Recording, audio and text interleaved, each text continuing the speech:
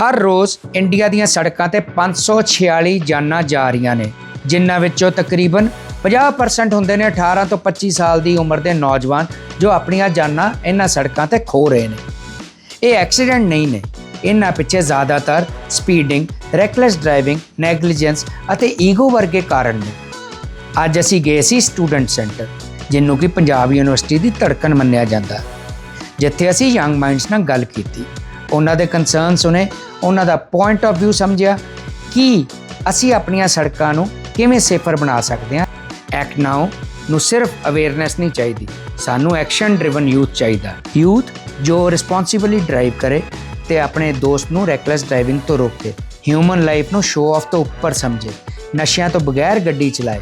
Youth ਜਿਹੜਾ ਸਰਕਾਰ ਤੇ ਸਾਡੇ ਸਿਸਟਮ ਤੋਂ ਜਵਾਬ ਮੰਗੇ। ਜੇ ਯੂਥ ਐਕਟ ਨਹੀਂ ਕਰੇਗਾ ਫਿਰ ਕੌਣ ਕਰੇਗਾ? ਹੁਣ ਸੁਣਦੇ ਹਾਂ ਪੰਜਾਬ ਯੂਨੀਵਰਸਿਟੀ ਦੇ ਯੂਥ ਨੇ ਆਪਣੀ ਜਨਰੇਸ਼ਨ ਨੂੰ ਕੀ ਕਹਿਣਾ ਚਾਹਿਆ। ਅਸੀਂ ਅੱਜ ਆਏ ਸੀਗੇ ਪੰਜਾਬ ਯੂਨੀਵਰਸਿਟੀ ਸਟੂਡੈਂਟ ਸੈਂਟਰ ਦੇ ਵਿੱਚ ਗੱਲਬਾਤ ਕਰਨ ਲਈ ਰੋਡ ਸੇਫਟੀ ਦੇ ਵਿੱਚ ਕਿ ਕਿੱਦਾਂ ਲੋਕਾਂ ਦੀਆਂ ਜਾਨਾਂ ਜਾ ਰਹੀਆਂ ਤੇ ਕਿੱਦਾਂ ਲੋਕੀ ਇੰਜਰ ਹੋ ਰਹੇ ਨੇ। ਇਹ ਡੈਥ ਤੇ ਡਿਸੇਬਿਲਿਟੀ ਜਿਹੜੀਆਂ ਸਾਡੀਆਂ ਨੈਸ਼ਨਲ ਫਿਗਰਸ ਨੇ ਉਹ ਸ਼ਰਮਨਾਕ ਨੇ। ਹਰ 5 ਮਿੰਟ 'ਚ 2 ਬੰਦੇ ਦੀ ਡੈਥ ਹੁੰਦੀ ਆ ਤਾਂ ਤਕਰੀਬਨ ਰੋਜ਼ 1250 ਬੰਦਾ ਲਾਈਫ ਆਲਟਰਿੰਗ ਇੰਜਰੀਜ਼ ਉਹਨੂੰ ਹੁੰਦੀਆਂ ਤਾਂ ਵੀ ਲੈਕ ਆਫ ਅਵੇਅਰਨੈਸ ਹੈ ਸਰ। ਇੱਥੇ ਤਾਂ ਕੋਈ ਨੈਗਲੀਜੈਂਸ ਡਰਾਈਵਿੰਗ ਕਰਦਾ, ਰੈਸ਼ ਡਰਾਈਵਿੰਗ ਕਰਦਾ। ਅੱਛਾ ਜੀ, ਤੇ ਆਨਸਰ ਮੈਂ BLL ਲਾਅ ਵੀ ਕਰਨੀ। ਕਿੱਥੇ ਕਰ ਰਹੇ ਹੋ? ਲਾਅ ਵੀ ਕਰ ਰਹੇ ਹਾਂ ਸਰ। ਅੱਛਾ ਜੀ, ਤੁਹਾਨੂੰ ਵਿਲ ਪਾਵਰ ਬਖਸ਼ੀ ਰੱਖੇ ਤਾਂ ਤੁਸੀਂ ਇਸ ਤਰ੍ਹਾਂ ਹੀ ਆਪਣੀ ਜ਼ਿੰਦਗੀ ਤਰੱਕੀ ਕਰੋ, ਨੈਸ਼ਨਲ ਪਲੇਅਰ ਹੋ, ਇੰਟਰਨੈਸ਼ਨਲ ਪਲੇਅਰ ਬਣੋ ਤੇ ਸਾਡੇ ਵੱਲੋਂ ਤੁਹਾਨੂੰ ਸ਼ੁਭਕਾਮਨਾਵਾਂ। Lakshita and Jasleen, thank you very much and welcome to act now. The fact is हम ये जानना चाहते हैं यंगस्टर्स से, क्योंकि रोड क्रैशेस में हमारे यहाँ बहुत जानें जा रही हैं और ओवरवेलमिंगली 65% जो है यंगस्टर्स हैं। आप इंडियन रोड्स के बारे में क्या सोचती हैं दोनों, और क्या आप इनको कितना सेफ मानती हैं? I don't think there's an issue with roads. I think there's an issue with the citizenry who don't think that other people's life is as important as theirs. खुद की लाइफ भी खतरे में डालते हैं और दूसरों की भी। For instance, I was coming back from the Jaipur to Delhi, Jaipur to Chandigarh, sorry. तो a Thar hit our bus and the youngsters were driving it. Bus being a bigger vehicle, इतना loss नहीं हुआ. But on the other hand, Thar collapsed. And पीछे एक और गाड़ी थी इन विच family was travelling, वो गाड़ी भी और हो गई। बट फेटफुली लाइव्स, फॉर्चुनेटली किसी को नुकसान नहीं हुआ, लेकिन नुकसान हो सकता था। अच्छा, ये जो अब आपने बात and incident, even if the problem was कि कोई पुलिस आने में इतना टाइम लगा उस सीन पे, like we were stuck there for 2.5 hours। मतलब जान जाती तो कौन आता। वेरी ट्रू, मतलब rescue operation zero. Good, very valid. अगर वैसे ही पुलिस नहीं पहुंची तो अगर कोई किसी को इंजरी हुई होती, कैजुअलिटी हो जाती, कुछ भी हो जाता, तो हु इज रिस्पांसिबल? अब ये इंसिडेंट के पीछे आप क्या सोचते हैं Aman? Is it God's will Aman? No, it was not the God's will. हमारी बस के सामने काम चल रहा था, मतलब फॉग थी बहुत ज़्यादा, काम चल रहा था, आगे डाइवर्जन का बोर्ड ही नहीं था। तो वो एकदम से ब्रेक बजी बस की फॉर द मल्टीपल कारण हो गए, है ना? फॉग थी, डाइवर्जन थी, ब्रेकिंग हो गई, नहीं था। हाँ।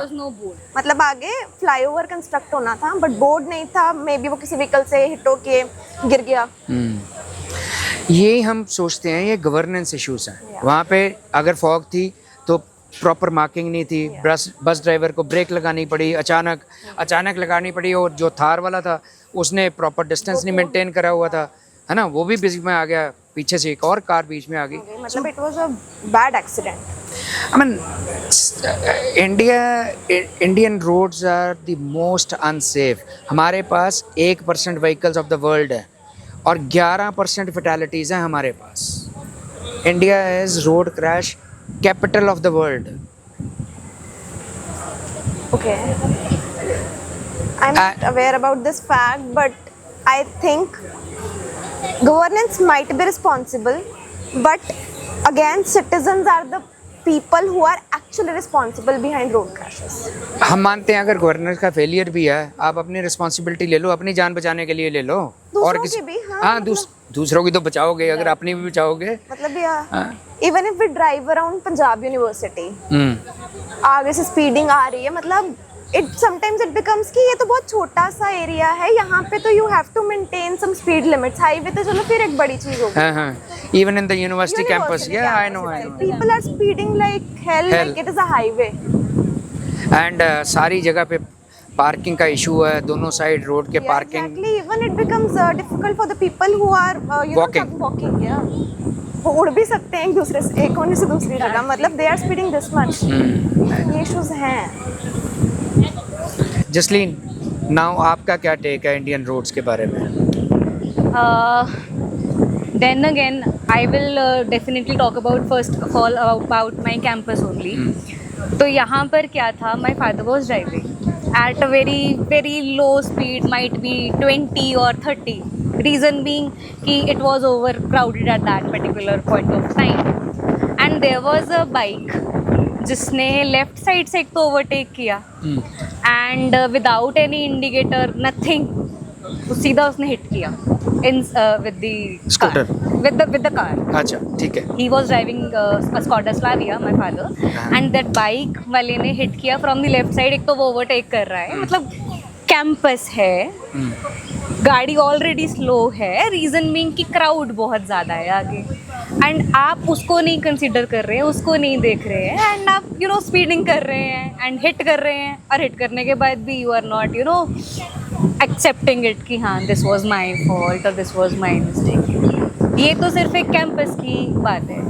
अगर हम हाईवेज की बात करें, रोड्स की, है ना, अदरवाइज बात करें तो ठीक है, हाईवेज पे तो people do speeding, but then again अगर कॉशियसली किया जाए तो बहुत सारी चीज़ें जिनको अवॉइड किया जा सकता है. Speeding leading cause है. 70% of the fatalities happen because of speeding. Because जब आप स्पीड कर रहे हो, एक तो आपका रिएक्शन टाइम कम हो जाता है. जा रहे हो, कोई गाय आ गई, कुत्ता आ गया, है ना, या जैसे ये अभी बताया था थार पीछे से आ गई, स्पीड ही होगी. क्योंकि अगर रिएक्शन टाइम नहीं होगा आपके पास, आप ब्रेक अप्लाई भी करोगे तो गाड़ी को खड़े होने में टाइम लगता है. सबसे बड़ी बात यह है कि कार, स्कूटर, बाइक है तो machine. We don't know, we never know कि उसने कब किस टाइम पे वर्क करना बंद कर देना है. What if we apply brake और वो ब्रेक अप्लाई ना हो पाए उस टाइम, वेरी राइट, तो फिर हम क्या करेंगे? तो या this is it. Thank you Jasleen and Lakshita, and we wish you all the very best. ਤੋਂ ਪਹਿਲਾਂ ਮਹਾਰਾਜ ਵਾਹਿਗੁਰੂ ਜੀ ਕਾ ਖਾਲਸਾ ਵਾਹਿਗੁਰੂ ਜੀ ਕੀ ਫਤਿਹ. ਬਹੁਤ ਬਹੁਤ ਧੰਨਵਾਦ ਮਹਾਰਾਜ, ਤੁਸੀਂ ਸਾਨੂੰ ਓਪਰਚੁਨਿਟੀ ਦਿੱਤੀ ਕਿ ਅਸੀਂ ਆਪਣਾ ਇੱਕ ਪੱਖ ਰੱਖ ਸਕੀਏ ਤੁਹਾਡੇ ਮੂਹਰੇ. ਕਿਉਂਕਿ ਇਹ ਜਿਹੜੀਆਂ ਚੀਜ਼ਾਂ ਹੈਗੀਆਂ ਨੇ, ਐਕਸੀਡੈਂਟ ਹੋ ਗਿਆ, ਇਹ ਨਾ ਪਤਾ ਨਹੀਂ, ਇਹ ਸਾਡੀ ਜ਼ਿੰਦਗੀ 'ਚ ਨਾ, ਮਤਲਬ ਮੈਂ ਬੜਾ ਆਮ ਦੇਖਿਆ ਇਹ ਚੀਜ਼ਾਂ ਨੂੰ. ਕੁਛ ਮੈਂ ਬਾਈ ਪ੍ਰੋਫੈਸ਼ਨ ਹੈ ਵੀ ਨਰਸ 'ਚ, ਮੈਂ ਪ੍ਰੈਕਟਿਸ ਵੀ ਕੀਤੀ ਆ ਓਟੀ ਦੇ ਵਿੱਚ. ਤਾਂ ਨੀਅਰ ਅਬਾਊਟ ਮੈਂ ਮਾਨਸੇ ਸੀਗਾ ਅਤੇ ਉੱਥੇ ਵੀ ਨਾ ਰੋਡ ਐਕਸੀਡੈਂਟ ਵਾਲੇ ਕੇਸਿਸ ਕਾਫੀ ਜ਼ਿਆਦਾ ਹੁੰਦੇ ਸੀਗੇ. ਅਤੇ ਹਾਲ ਹੀ ਦੇ ਵਿੱਚ ਨਾ ਥੋੜ੍ਹਾ ਟਾਈਮ ਹੋਇਆ ਹੈ ਕਿ ਸਾਡੇ ਨੇਬਰ ਸੀਗੇ, ਤਾਂ ਮੈਨੂੰ ਤਾਂ ਕਾਲ ਆਈ ਕਿ ਉਹਨਾਂ ਦਾ ਐਕਸੀਡੈਂਟ ਹੋ ਗਿਆ. ਅਤੇ ਕਿਉਂਕਿ ਸਾਡੇ ਨੇਬਰ ਸੀਗੇ, ਉਹਨਾਂ ਨੇ ਕਿਤੇ ਪਤਾ ਲੱਗਿਆ ਉਹਨਾਂ ਨੂੰ, ਅਤੇ ਉਹਨਾਂ ਨੇ ਕਾਲ ਕੀਤੀ ਕਿ ਜਲਦੀ ਆ ਜਾਓ ਕਿ 40s ਦੇ ਵਿੱਚ ਉਹ ਐਡਮਿਟ ਨੇ. ਅਤੇ ਅਸੀਂ ਗਏ ਤਾਂ ਮੀਨਵਾਈਲ ਅਸੀਂ ਗਏ ਤਾਂ ਉਹ ਕਾਫੀ ਕ੍ਰਿਟੀਕਲ ਕੰਡੀਸ਼ਨ ਦੇ ਵਿੱਚ ਸੀਗੇ, ਆਲਦੋ ਕਿ 2-3 ਦਿਨ ਬਾਅਦ ਉਹਨਾਂ ਦੀ ਡੈਥ ਹੋ ਗਈ. ਤਾਂ ਫਿਰ ਅਸੀਂ ਨਾ ਪਤਾ ਕੀਤਾ, ਕੁਦਰਤੀ ਨਾ ਸਾਡਾ TDI ਦਾ ਕੋਈ ਉੱਥੇ ਸੀਗਾ, ਮੈਂ TDI ਖਰੜ ਰਹਿਣਾ, ਅਤੇ ਉੱਥੇ ਸਾਡਾ ਕੋਈ ਵਸਨੀਕ ਸੀਗਾ ਉੱਥੇ. ਉਹ ਫਿਰ ਜਦ ਕਮੇਟੀ ਦੇ ਵਿੱਚ ਗੱਲ ਆਈ ਕਿ ਉਹਨਾਂ ਦੇ ਵਾਈਫ ਦੀ ਡੈਥ ਹੋ ਗਈ, ਉਹ ਕੋਈ ਕਮੇਟੀ ਮੈਂਬਰ ਸੀਗੇ, ਉੱਥੋਂ ਸਾਨੂੰ ਪਤਾ ਚੱਲਿਆ ਕਿ ਐਕਚੁਅਲੀ ਸ਼ੀ ਵਾਜ਼ ਡਰਾਈਵਿੰਗ, ਅਤੇ ਉਹ ਕਾਲ 'ਤੇ ਗੱਲ ਕਰਦੇ ਸੀਗੇ. ਅਤੇ ਕਰਦੇ ਕਰਦੇ ਤੁਸੀਂ ਵੀ ਦੇਖਿਆ ਹੋਵੇਗਾ ਨਾ, 88 ਸੈਕਟਰ, ਤੁਸੀਂ ਕਦੇ ਵੀ ਕਿਤੇ ਤੁਹਾਡਾ ਗੇੜਾ ਲੱਗਿਆ ਦੇਖਿਆ, ਉੱਥੇ ਨਾ ਮਾਨਵਮੰਗਲ ਹਾਈ ਸਕੂਲ ਬਣਿਆ ਨਵਾਂ 88 ਸੈਕਟਰ, ਅਤੇ ਉੱਥੇ ਜਿਹੜਾ ਚੌਰਾਹਾ ਹੈ ਉਹਦੇ ਚਾਰੇ ਪਾਸੇ, ਚਲੋ ਡਿਵੈਲਪਮੈਂਟ ਦੇ ਤੌਰ 'ਤੇ ਤੁਸੀਂ ਪੇੜ ਪੌਦੇ ਲਾਏ ਆ, ਤੁਸੀਂ ਹੋਰ ਲਾਏ ਆ, ਹੈ ਨਾ, ਪਰ ਉਹਨਾਂ ਦੀ ਹਾਈਟ ਐਡੀ ਹੈ ਕਿ ਨਾ, ਜੋ ਇੱਕ ਪਾਸੋਂ ਕੋਈ ਵਹੀਕਲ ਆਏਗਾ ਤੁਹਾਨੂੰ ਦਿਖੂਗਾ ਨਹੀਂ. ਅਤੇ ਉੱਥੇ ਮੇਰੇ ਖਿਆਲ ਤੋਂ ਹਫਤੇ ਦੇ ਵਿੱਚ 1 ਜਾਂ 2 ਐਕਸੀਡੈਂਟ ਪੱਕਾ ਹੈ. ਤੁਸੀਂ ਉੱਧਰ ਨੂੰ ਜਾਓਗੇ ਜਿੱਥੇ ਆਪਣੇ ਮੋਹਾਲੀ ਦੀ ਕਚਹਿਰੀਆਂ ਬਣੀਆਂ ਨੇ, ਤੁਸੀਂ ਸਿੱਧਾ ਜਾਂਦੇ ਹੋ, ਤੁਸੀਂ ਜਿੱਥੇ ਕਹਿ ਰਹੇ ਮੈਂ ਸਮਝ, ਹੈ ਨਾ ਜੀ. ਅਤੇ ਅਸੀਂ 1-2 ਵਾਰ ਟਰਾਈ ਕੀਤਾ ਕਿ ਅਸੀਂ ਜਿੰਨਾ ਹੋ ਸਕਦਾ ਨਾ ਕਿ ਅਸੀਂ ਉੱਥੇ ਪੇੜ ਪੌਦੇ ਲੱਗੇ ਆ, ਉੱਥੇ ਕਿਸੇ ਕਲੀਅਰ ਕਰ ਦਈਏ ਤਾਂ ਕਿ ਐਟਲੀਸਟ ਥੋੜ੍ਹੇ ਦੂਰ ਤੋਂ ਆਏ ਗੱਡੀ ਦਿਖੇ. ਪਰ ਉੱਥੇ ਹਾਲ ਹੀ ਦੇ ਵਿੱਚ ਮੇਰੇ ਖਿਆਲ ਤੋਂ ਪਿਛਲੇ 2-3 ਮਹੀਨੇ ਦੇ ਵਿੱਚ ਮੈਂ 6-7 ਐਕਸੀਡੈਂਟ ਉੱਥੇ ਰੈਗੂਲਰ ਦੇਖੇ ਨੇ. ਔਰ ਸਰਕਾਰ ਕੁਝ ਨਹੀਂ ਕਰ ਰਹੀ, ਤੇ ਗਵਰਨਮੈਂਟ ਉੱਥੇ ਕੁਝ ਨਹੀਂ ਕਰ ਰਹੀ. ਲਾਸਟ ਟਾਈਮ ਵੀ ਉੱਥੇ ਕੋਈ ਪੋਲੀਟੀਕਲ ਲੀਡਰ ਕਾਫੀ ਪਹਿਲਾਂ ਆਏ ਸੀਗੇ, ਕਾਂਗਰਸ ਦੇ ਸੀਗੇ ਉਹ ਹਲਕੇ ਦੇ, ਤੇ ਅਸੀਂ ਉਹਨਾਂ ਨੂੰ ਵੀ ਇੱਕ ਐਪਲੀਕੇਸ਼ਨ ਪਾਈ ਸੀਗੀ ਕਿ 2-3 ਉਰੇ ਨਾ ਇਸ ਚੀਜ਼ ਕਰਕੇ ਟਰਬਲ ਆ ਰਿਹਾ ਹੈ ਕਿ ਇਹ 2-3 ਚੀਜ਼ਾਂ ਨੂੰ ਤੁਹਾਨੂੰ ਵੱਧ ਤੋਂ ਵੱਧ ਕਰਨਾ ਚਾਹੀਦਾ, ਬਟ ਉੱਤੇ ਕੋਈ ਐਕਸ਼ਨ ਲਿੱਤਾ ਨਹੀਂ ਗਿਆ. ਅਤੇ ਫਿਰ ਅਸੀਂ ਸਾਰਿਆਂ ਦਾ ਹਾਲ ਦੇਖਿਆ ਕਿ ਅਫਕੋਰਸ ਕਿਸੇ ਦਾ ਜੀ ਜਾਂਦਾ, ਹੈ ਨਾ, ਕੋਈ ਘਰ ਦਾ ਕੋਈ ਪਰਿਵਾਰ ਜਾਂਦਾ, ਹੁਣ ਬੱਚਿਆਂ ਦੀ ਉਹ ਮਦਰ ਸੀਗੀ, ਉਹ ਹੋ ਗਏ, ਚਲੋ ਉਹਨਾਂ ਦੀ ਵੀ ਗਲਤੀ ਸੀਗੀ ਕਿ ਸ਼ੀ ਵਾਜ਼ ਔਨ ਕਾਲ, ਚਲੋ ਠੀਕ ਹੈ, ਹਾਂਜੀ ਹੈ ਨਾ ਜੀ। ਤੇ ਬਟ ਹਾਂ ਕਿ ਇਹ ਤਾਂ ਵੈਸੇ ਕਲੈਕਟਿਵ ਐਫਰਟ ਹੈ ਕਿ ਥੋੜਾ ਗਵਰਨਮੈਂਟ ਐਫਰਟ ਪਾਵੇ, ਥੋੜੇ ਆਮ ਬੰਦੇ ਆਪ ਐਫਰਟ ਪਾਉਣ, ਆਪ ਵੀ ਸਾਨੂੰ ਸੁਚੇਤ ਹੋਣਾ ਪਊਗਾ ਵੀ ਅਸੀਂ ਸੀਟ ਬੈਲਟ ਲਾਈਏ, ਸਪੀਡਿੰਗ ਨਾ ਕਰੀਏ, ਅਸੀਂ ਮੋਬਾਈਲ ਨਾ ਯੂਜ਼ ਕਰੀਏ। ਬੇਸਿਕਲੀ ਜਿਹੜਾ ਮੈਂ ਚੀਜ਼ ਦੇਖਿਆ ਨਾ ਜੀ, ਆਪਾਂ ਲੈਟਸ ਸਪੋਜ਼ ਕਿ ਅਸੀਂ ਕਿਤੇ ਜਾਈਏ, ਅਸੀਂ ਕਦੇ ਸੀਟ ਬੈਲਟ ਨਹੀਂ ਲਾਉਂਦੇ, sometimes we don't feel comfortable ਕਿ ਅਸੀਂ ਕੰਫਰਟੇਬਲ ਹੈ, ਪਰ ਅਸੀਂ ਇਹ ਚੀਜ਼ ਭੁੱਲ ਜਾਂਦੇ ਕਿ ਇਕੱਲੇ ਸਰਕਾਰ ਦੇ ਰੂਲ ਬਣਾਉਣ ਨਾਲ ਜਾਂ ਤੁਹਾਡੀ ਰੋਡ ਠੀਕ ਕਰਨ ਨਾਲ ਐਕਸੀਡੈਂਟ ਜ਼ਿੰਮੇਦਾਰ ਹੈਗੀ ਹੈ ਗਵਰਨਮੈਂਟ, ਪਰ ਉਹ ਤੋਂ ਵੱਧ ਜ਼ਿੰਮੇਦਾਰ ਹੈ ਕਿ ਆਪਾਂ ਅਟੈਂਟਿਵਨੈਸ ਉਨੀ ਪੇ ਨਹੀਂ ਕਰਦੇ। ਇਫ ਵੀ ਨੋ ਕਿ ਕਿਸੇ ਦਾ ਇੱਕ ਚੀਜ਼ ਦਾ ਫਾਲਟ ਹੈਗਾ ਤੇ ਲੈਟਸ ਸਪੋਜ਼ ਦ ਗਵਰਨਮੈਂਟ ਔਰ ਐਡਮਿਨਿਸਟ੍ਰੇਸ਼ਨ ਇਜ਼ ਫਾਲਟੀ, ਪਰ ਉੱਥੇ ਫਿਰ ਆਪਣੀ ਅਵੇਅਰਨੈਸ ਉਨੀ ਵੱਧ ਹੋਣੀ ਚਾਹੀਦੀ ਹੈ, ਕਿਉਂਕਿ ਆਪਾਂ ਆਪਣੇ ਆਪ ਨੂੰ ਪ੍ਰੋਟੈਕਟ ਕਰਨਾ ਉੱਥੇ। ਦੇਖੋ ਸਰਕਾਰਾਂ ਦੀ ਨਲਾਇਕੀ ਹੋਵੇ ਵੀ, ਜੇ ਸਾਡਾ ਆਪਣਾ ਬਿਹੇਵੀਅਰ ਨਾਲ ਹਾਂਜੀ ਅਸੀਂ ਕਿਸੇ ਕ੍ਰੈਸ਼ 'ਚ ਆ ਜਾਂਦੇ ਆ, ਨੁਕਸਾਨ ਹੋ ਜਾਂਦਾ ਸਾਡਾ ਹੀ, ਹਾਂਜੀ, ਤਾਂ ਭਰਨਾ ਕਿੰਨੇ ਆ? ਸਾਡੇ ਪਰਿਵਾਰ ਨੇ ਤੇ ਅਸੀਂ, ਸਰਕਾਰ ਨੇ ਕੀ ਭਰਨਾ? ਇਹ ਤਾਂ ਸਾਨੂੰ ਵੀ ਸੁਚੇਤ ਹੋਣਾ ਪਊਗਾ ਆਪਣੇ ਆਪ ਨੂੰ ਬਚਾਉਣ ਲਈ, ਹਾਂਜੀ, ਜਿਹਨੂੰ ਸਾਨੂੰ ਸੇਫ ਪ੍ਰੈਕਟਿਸਿਸ ਕਰਨੀਆਂ ਪੈਣੀਆਂ ਯੂਜ਼। ਇਹੀ ਚੀਜ਼ ਮੈਂ ਕਹਿ ਰਿਹਾ ਕਿ ਕਲੈਕਟਿਵ ਐਫਰਟ ਹੈ, ਥੋੜਾ ਲੋਕਾਂ ਨੂੰ ਕਰਨਾ ਪੈਣਾ। ਅਸੀਂ ਇੰਨੇ ਕੇਸਿਸ ਦੇਖੇ ਆ, ਕਿਸੇ ਦੇ ਸਿਰ ਦੇ ਵਿੱਚ ਇੰਜਰੀ ਹੈ, ਕਿਸੇ ਦੀ ਸਕਲ ਬ੍ਰੇਕ ਹੋ ਗਈ, ਮਤਲਬ ਓਟੀ ਦੇ ਵਿੱਚ ਇੱਕ ਵਾਰ ਤਾਂ ਸਾਨੂੰ ਵੀ ਐ ਹੋ ਜਾਂਦਾ ਕਿ the patient cannot survive. Head injuries ਨਾਲ ਬਹੁਤ ਸਰਵਾਈਵਲ ਦਾ ਚਾਂਸਸ ਘੱਟ ਹੀ ਹੁੰਦਾ। ਇਨ ਕੇਸ ਜੇ ਸਰਵਾਈਵ ਕਰ ਵੀ ਗਿਆ, ਉਹ ਕੋਈ ਨਾ ਕੋਈ ਪਰਮਨੈਂਟ ਡੈਮੇਜ ਹੈ, ਉਹ ਪਰਮਨੈਂਟ ਡੈਮੇਜ ਹੈ। ਤੇ ਇਹ ਹੈ ਕਿ ਥੋੜੇ ਬਹੁਤ ਮੇਰੇ ਹਿਸਾਬ ਨਾਲ ਤੇ ਮੇਰਾ ਇਹ ਓਪੀਨੀਅਨ ਹੈ ਕਿ ਥੋੜਾ ਬਹੁਤ ਲੋਕਾਂ ਨੂੰ ਵੀ ਸੋਚ ਕੇ ਚੱਲਣਾ ਚਾਹੀਦਾ। ਜੇ ਰੂਲਸ ਬਣਾਏ ਤੁਹਾਡੀ ਸੇਫਟੀ ਲਈ ਹੈ, ਉਹ ਤੁਹਾਡੇ, ਤੁਸੀਂ ਕਰੋ ਫੋਲੋ, ਠੀਕ ਹੈ, ਮਾਈਟ ਵੀ ਤੁਹਾਡੀ ਲਾਈਫ ਲੌਂਗੇਵਿਟੀ ਵੱਧ ਜੇ, ਤੁਸੀਂ ਨਹੀਂ ਕਰੋਗੇ ਫਿਰ ਉਹ ਤਾਂ ਸ਼ਾਰਟ ਹੋਣੀ ਹੋਆ। ਸਤਿ ਸ਼੍ਰੀ ਅਕਾਲ ਜੀ। ਸਤਿ ਸ਼੍ਰੀ ਅਕਾਲ ਸਰ, ਮੈਨੂੰ ਇਹ ਲੱਗਦਾ ਵੀ ਇਹਦੇ 'ਚ ਮੈਨੇਜਮੈਂਟ, ਜਿਹੜੀ ਗਵਰਨਮੈਂਟ ਵੱਲੋਂ ਮੈਨੇਜਮੈਂਟ ਹੈ, ਉਹਦੇ 'ਚ ਬਹੁਤ ਜ਼ਿਆਦਾ ਕਮੀ ਹੈ। ਜਿਵੇਂ ਅਸੀਂ ਜ਼ਿਆਦਾ ਪੰਜਾਬ 'ਚ ਤਾਂ ਇਹ ਚੀਜ਼ਾਂ ਬਹੁਤ ਨੇ ਕਿ ਉੱਥੇ ਨਾ ਪਸ਼ੂ ਰੋਡਸ ਤੇ ਘੁੰਮਦੇ ਨੇ। ਜਦੋਂ ਗਊਸ਼ਾਲਾ ਬਣੀ ਹੋਈ ਆ, ਤੁਸੀਂ ਉਹਨਾਂ ਨੂੰ ਸ਼ੈਲਟਰ ਦਿੱਤੇ ਹੋਏ ਨੇ, ਤਾਂ ਗਵਰਨਮੈਂਟ ਦਾ ਇਹ ਵੀ ਇੱਕ ਹੋਣਾ ਚਾਹੀਦਾ ਵੀ ਉਹ ਵੀ ਅੱਗੇ ਆ ਕੇ ਇਹ ਚੀਜ਼ਾਂ ਨੂੰ ਦੇਖਣ, ਕਿਉਂਕਿ ਸਭ ਤੋਂ ਵੱਧ ਐਕਸੀਡੈਂਟ ਨਾ ਇੱਥੇ ਇਸ ਟਾਈਮ ਹੋ ਰਹੇ ਨੇ ਵੀ ਜਿਹੜੇ ਬਲਦ ਘੁੰਮ ਰਹੇ ਨੇ, ਗਾਵਾਂ ਘੁੰਮ ਰਹੀਆਂ ਨੇ, ਤੇ ਉਹਨਾਂ ਨਾਲ ਐਕਸੀਡੈਂਟ ਹੋਇਆ ਤਾਂ ਬੰਦਾ ਬਚਦਾ ਵੀ ਬਹੁਤ ਘੱਟ ਹੈ, ਬਹੁਤ ਕ੍ਰਿਟੀਕਲ ਇਸ਼ੂਜ਼ 'ਚ ਜਾਂਦਾ। ਦੂਜਾ, ਜਿਹੜੀ ਹੁਣੇ ਵੀਰੇ ਨੇ ਵੀ ਇਹ ਚੀਜ਼ ਬੋਲੀ ਕਿ ਬੰਦਿਆਂ ਦੀ ਖੁਦ ਦੀ ਵੀ ਇਸ ਚੀਜ਼ 'ਚ ਕਮੀ ਹੈਗੀ ਹੈ। ਹੁਣ ਤੁਹਾਨੂੰ ਵੀ ਪਤਾ ਹੀ ਹੈ, ਮੈਕਸਿਮਮ ਚੀਜ਼ਾਂ 'ਚ ਕੀ, ਮੈਕਸਿਮਮ ਜਗ੍ਹਾ ਕੀ ਹੁੰਦਾ, ਪੰਜਾਬ 'ਚ ਤਾਂ ਚਲੋ ਹਜੇ ਨਾਕੇ ਵੀ ਘੱਟ ਲੱਗ ਰਹੇ ਨੇ। ਚੰਡੀਗੜ੍ਹ 'ਚ ਕੀ ਹੈ, ਨਾਕੇ ਲੱਗਦੇ ਨੇ, ਲਾਈਟਾਂ ਦੇਖਦੇ ਨੇ, ਜਿੰਨਾ ਟਾਈਮ ਦੂਰ ਦਿਖ ਰਿਹਾ ਵੀ ਨਾਕਾ ਲੱਗਿਆ ਹੋਇਆ, ਬੰਦਾ ਬੈਲਟ ਲਾ ਲੈਂਦਾ, ਸੀਟ ਬੈਲਟ ਲਾ ਲੈਂਦਾ, ਸਕੂਟੀ ਵਾਲੇ, ਟੂ ਵੀਲਰ ਵਾਲੇ ਹੈਲਮਟ ਲਾ ਲੈਂਦੇ, ਨਾਕਾ ਕ੍ਰਾਸ ਕੀਤਾ, ਹੈਲਮਟ ਵੀ ਖੁੱਲ ਜਾਂਦਾ, ਸੀਟ ਬੈਲਟ ਵੀ ਖੁੱਲ ਜਾਂਦੀ। ਹੁਣ ਇਹ ਤਾਂ ਹੈ ਨਹੀਂ ਵੀ ਸਿਰਫ ਨਾਕੇ ਤੇ ਐਕਸੀਡੈਂਟ ਹੋਊਗਾ, ਐਕਸੀਡੈਂਟ ਤਾਂ ਦੂਰ ਜਾ ਕੇ ਕਿਤੇ ਹੋਊਗਾ। ਇਹ ਸਿਰਫ ਅਸੀਂ ਸੋਚਦੇ ਹਾਂ ਵੀ ਅਸੀਂ ਜਿਹੜਾ ਸੀਟ ਬੈਲਟ ਹੈ ਜਾਂ ਹੈਲਮਟ ਹੈ ਚਲਾਨ ਤੋਂ ਬਚਣ ਲਈ ਹੈ, ਅਸੀਂ ਜਾਨ ਤੋਂ ਬਚਣ ਲਈ ਨਹੀਂ ਕਰਦੇ, ਚਲਾਨ ਤੋਂ ਬਚਣ ਲਈ ਕਰਦੇ। ਲੋਕਾਂ 'ਚ ਬਹੁਤ ਵੱਡੀ ਕਮੀ ਆ ਵੀ ਉਹਨਾਂ ਨੂੰ ਐਂ ਲੱਗਦਾ ਵੀ ਅਸੀਂ ਚਲਾਨ ਨਹੀਂ ਦੇਣਾ ਤਾਂ ਅਸੀਂ ਸੀਟ ਬੈਲਟ ਲਾ ਲਈਏ, ਅਸੀਂ ਹੈਲਮਟ ਲਾ ਲਈਏ, ਪਰ ਐਕਚੁਅਲ 'ਚ ਆਪਣੀ ਸੇਫਟੀ ਹੈ ਵੀ ਸਾਨੂੰ ਆਪਣੀ ਸੇਫਟੀ ਲਈ ਕਰਨਾ ਚਾਹੀਦਾ। ਸਿਰ ਤੇ ਲੱਗੀ ਸੱਟ, ਹੁਣ ਟੂ ਵੀਲਰ ਤੇ ਹੈਲਮਟ ਲੱਗਿਆ ਹੋਵੇ, ਸੱਟ, ਸਿਰ ਦਾ ਬਚਾਅ ਹੋ ਜਾਂਦਾ, ਸਿਰ ਦਾ ਬਚਾਅ ਹੋ ਗਿਆ, ਬੰਦਾ ਬਚ ਜਾਂਦਾ, ਪਰ ਜੇ ਸਿਰ ਤੇ ਸੱਟ ਲੱਗੀ, ਬੰਦਾ ਬਚਾਉਣਾ ਬਹੁਤ ਔਖਾ। ਤੇ ਇਹ ਮੈਨੇਜਮੈਂਟ ਦਾ ਤਾਂ ਹੈਗਾ ਹੀ ਆ। ਹੁਣ ਮੈਨੇਜਮੈਂਟ ਨੇ ਇਹ ਚੀਜ਼, ਗਵਰਨਮੈਂਟ ਚੀਜ਼ ਨੂੰ ਕਿਵੇਂ ਦੇਖਦੀ ਆ? ਇਲੈਕਸ਼ਨਸ ਆ ਗਏ, ਚਲੋ ਜੀ ਸੜਕਾਂ ਬਣਵਾ ਦਈਏ, ਗੱਡੇ ਭਰਵਾ ਦਈਏ ਉੱਥੇ ਜਿਹੜੇ ਗੱਡੇ ਪਏ ਹੋਏ, ਪਰ ਉਹ ਇਹ ਕਿਉਂ ਨਹੀਂ ਦੇਖਦੇ ਵੀ ਇਹ ਜਿਹੜੀ ਇਲੈਕਸ਼ਨ ਤੋਂ ਬਾਅਦ ਵਾਲਾ ਟਾਈਮ ਹੈ, ਉਹ ਤੋਂ ਪਹਿਲੇ ਜੇ ਤੁਸੀਂ ਨਹੀਂ ਜਿੱਤੇ, ਬੰਦੇ ਤਾਂ ਫਿਰ ਵੀ ਮਰਨਗੇ ਹੀ ਉਹ ਗੱਡਿਆਂ ਨਾਲ। ਹੁਣ ਅਸੀਂ ਆਪ ਤਾਂ ਉੱਥੇ ਬੈਠ ਕੇ ਰੋਡ ਨਹੀਂ ਬਣਵਾਵਾਂਗੇ, ਇਹ ਤਾਂ ਗਵਰਨਮੈਂਟ ਦੇ ਹੱਥ 'ਚ ਹੈ, ਪਰ ਉਹ ਇਲੈਕਸ਼ਨਸ ਦੇਖ ਕੇ ਕਰਦੇ ਨੇ ਵੀ ਇਲੈਕਸ਼ਨ ਆ ਗਏ, ਅਸੀਂ ਆਹ ਰੋਡ ਬਣਵਾ ਦਈਏ, ਇੱਥੋਂ ਸਾਨੂੰ ਇੰਨੀਆਂ ਵੋਟਾਂ ਆ ਜਾਣਗੀਆਂ। ਹੁਣ ਉਹ ਉਸ ਮਹੱਲੇ 'ਚ ਬੰਦੇ ਜ਼ਿਆਦਾ ਨੇ, ਅਸੀਂ ਉਸ ਮਹੱਲੇ ਦੀ ਰੋਡ ਬਣਵਾ ਦਈਏ, ਉੱਥੇ ਐਕਸੀਡੈਂਟ ਵੀ ਫਿਰ ਘੱਟ ਹੋਣਗੇ, ਬੰਦੇ ਵੀ ਵੋਟਾਂ ਪਾਉਣਗੇ। ਪਰ ਜਿਹੜੀਆਂ ਚੀਜ਼ਾਂ ਜ਼ਰੂਰੀ ਨੇ, ਜਿਹੜੀਆਂ ਚੀਜ਼ਾਂ ਆਮ ਇਨਸਾਨਾਂ ਲਈ ਜ਼ਰੂਰੀ ਨੇ, ਉਹ ਇਹਨੂੰ ਵੀ ਪੋਲੀਟਿਕਸ ਵਾਲੀ ਚੀਜ਼ 'ਚ ਦੇਖਦੇ ਨੇ ਵੀ ਸਾਨੂੰ ਇੱਥੋਂ ਇੰਨੀਆਂ ਇਲੈਕਸ਼ਨਾਂ ਮਿਲਣ, ਵੋਟਾਂ ਆਉਣਗੀਆਂ ਇਲੈਕਸ਼ਨਾਂ 'ਚ, ਤੇ ਅਸੀਂ ਇੱਥੇ ਰੋਡ ਬਣਵਾ ਦਈਏ। ਤਾਂ ਇਹ ਦੋਨਾਂ ਪਾਸੋਂ ਹੀ ਇਕੁਅਲ ਹੀ ਕਮੀ ਹੈ। ਦੇਖੋ, ਸਾਡੀਆਂ ਸਰਕਾਰਾਂ ਤੇ ਅਸੀਂ ਰਲ ਕੇ ਕੰਮ ਕਰਾਂਗੇ ਤਾਂ ਸਾਰਿਆਂ ਦੀ ਜਾਨ ਬਚਦੀ ਹੈ। ਸਰਕਾਰਾਂ ਨੂੰ ਆਪਣਾ ਕੰਮ ਕਰਨਾ, ਸਾਨੂੰ ਆਪਣਾ ਕਰਨਾ। ਨਹੀਂ, ਇੱਕ ਮੈਂ ਇਹਦਾ ਜਿਹੜਾ ਕਾਫੀ ਵਧੀਆ ਸੋਹਣਾ ਪੁਆਇੰਟ ਸੀਗਾ ਹੈ ਨਾ, ਕਿ ਜਿਵੇਂ ਪਸ਼ੂ ਘੁੰਮਦੇ ਨੇ ਸਾਰੇ, ਸਾਡੇ ਵਾਲੇ ਏਰੀਆ 'ਚ ਪਤਾ ਨਹੀਂ ਕਿੰਨੀਆਂ ਨੀਲ ਗਊਆਂ ਕਰਕੇ ਡੈਥ ਹੋਈ ਹੈ। ਮੈਂ ਇੱਕ ਇਨਸੀਡੈਂਟ ਦੱਸਦਾ, ਇੱਕ ਵਾਰ ਮੈਂ ਰਾਤ ਨੂੰ ਆ ਰਿਹਾ ਸੀ, 10:30 ਵਜੇ, ਤਾਂ ਹੁਣ ਆਸੇ-ਪਾਸੇ ਸਰਦੀਆਂ ਦਾ ਟਾਈਮ ਸੀਗਾ, ਤਾਂ ਉਹ ਵੀ ਬਸ ਰੱਬ ਨੇ ਹੀ ਰੱਖ ਲਿਆ ਕਿ ਮੈਂ ਐਕਟਿਵਾ ਤੇ ਸੀਗਾ, ਤੇ ਨਾ ਮੇਰੇ ਐਕਟਿਵਾ ਦੇ ਮੂਹਰੋਂ ਹੈੱਡਲਾਈਟ ਦੇ ਉੱਤੋਂ ਨੀਲ ਗਾਂ ਟੱਪੀ ਆ।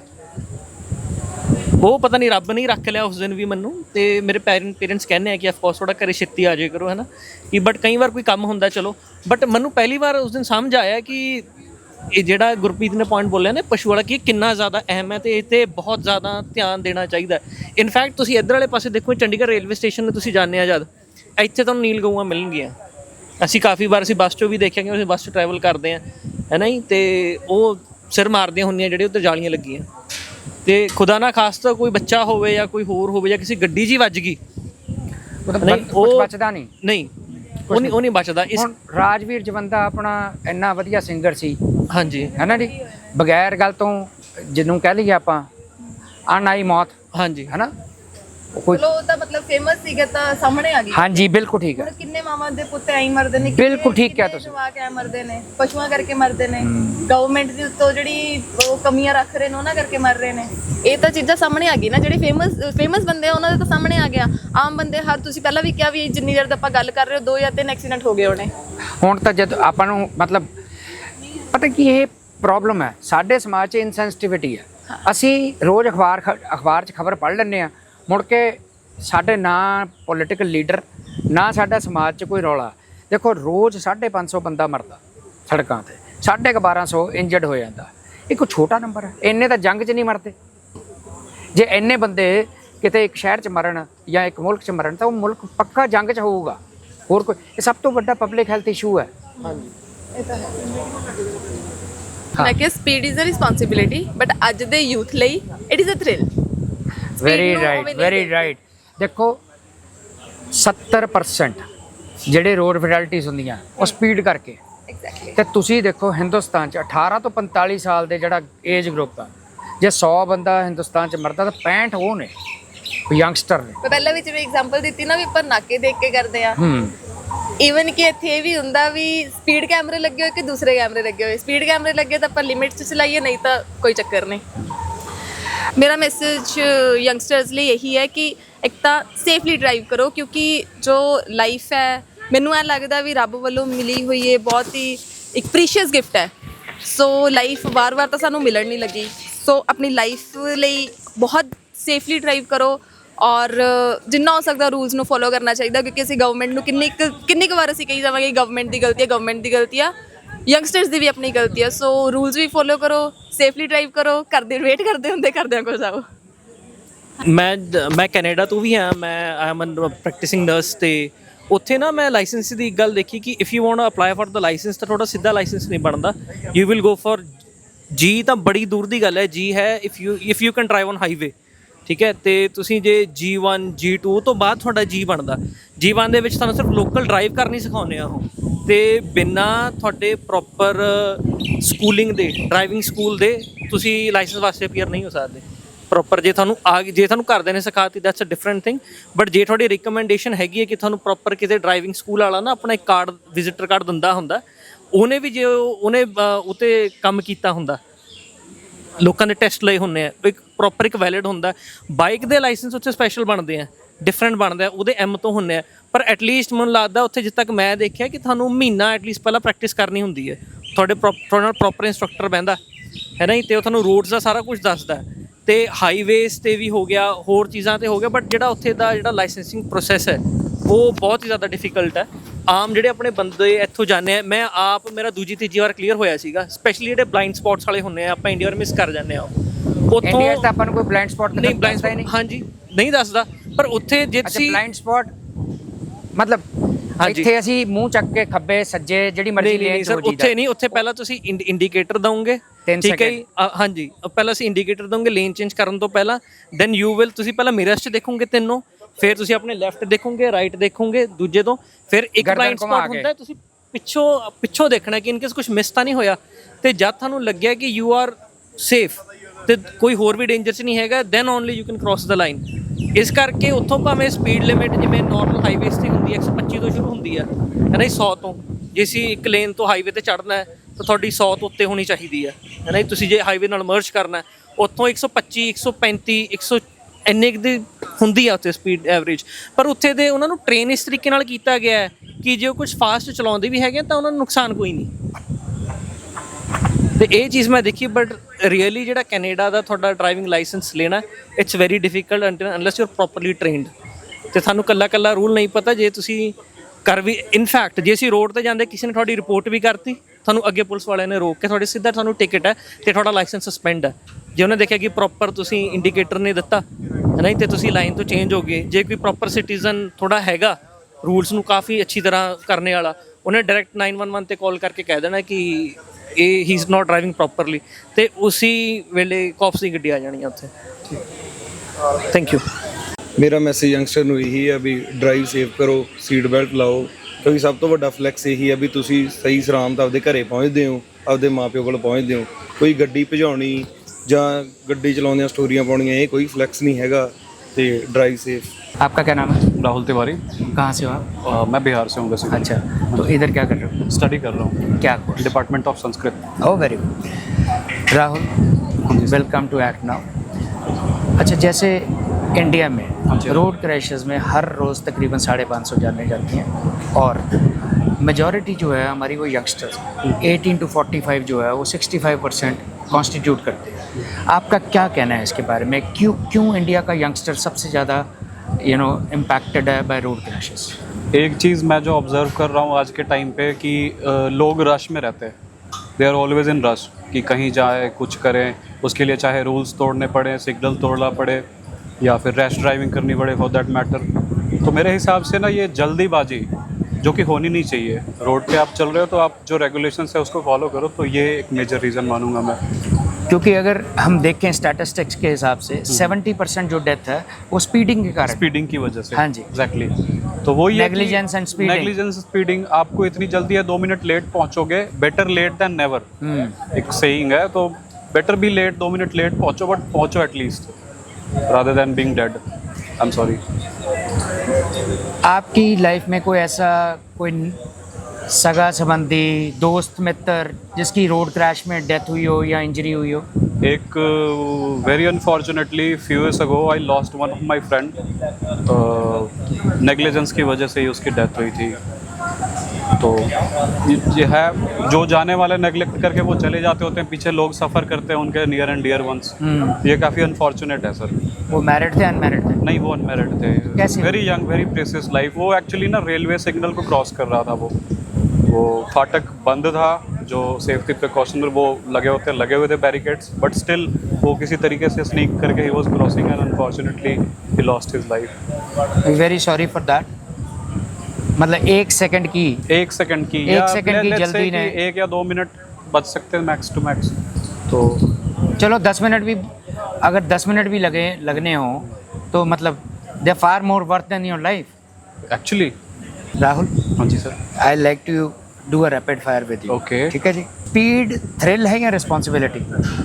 स्पीड लोग यूथ कंसिडर करती है थ्रिल, बट इट्स रिस्पॉन्सिबिलिटी, क्योंकि रोड पे आप चल रहे हो स्पीड में तो आपकी खुद की लाइफ और जो चल रहे हैं उनकी लाइफ भी आपके हाथ में होती है। तो it's more of a responsibility out से। वन थिंग जो आप चाहोगे कि इमीडिएटली अपनी इंडियन रोड्स पे चेंज हो जाए? पॉटहोल्स। पॉटहोल्स बहुत मेजर वो रीज़न है एक्सीडेंट के। मतलब अगर वो ठीक हों तो ये जो डेटा आप बता रहे हो कि 65 समथिंग % डेथ्स, ये बहुत रिड्यूस हो सकता है। हाँ, पंजाब हरियाणा में 571 डेथ्स हुई थी due to pothole only. हाँ जी। हाँ जी। सीट बेल्ट या स्टाइल? Seat belt. स्पीड या safety? Safety obviously. One road rule you think youngsters most often ignore on Indian roads? Speed limits, surely.